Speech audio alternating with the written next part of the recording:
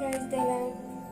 చాలా కాలం క్రిందట యెహోవా నాకు ప్రత్యక్షమై ఇట్లనెను, శాశ్వతమైన ప్రేమతో నేను నిన్ను ప్రేమించుచున్నాను గనుక విడవక నీ ఎడల కృప చూపుచున్నాను. ఇర్మియా గ్రంథం 31వ అధ్యాయం 3వ వచనం. ఎవరైనా మనతో నేను నిన్ను ప్రేమిస్తున్నానని చెప్తే ఏమనిపిస్తుంది? వారు ఎంతగా, ఎలా, ఎందుకు ప్రేమిస్తున్నారు తెలుసుకోవాలనిపిస్తుంది. దేవుడు నీకు తన ప్రేమ విషయం చెప్పాడు.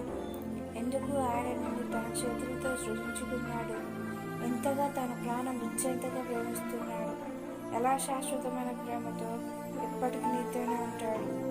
నీతో మాట్లాడకుండా ఉండలేడు. అలాంటి దేవుడితో నీ ప్రేమ సంబంధాన్ని ప్రారంభించడం ఆలస్యం చేయదు.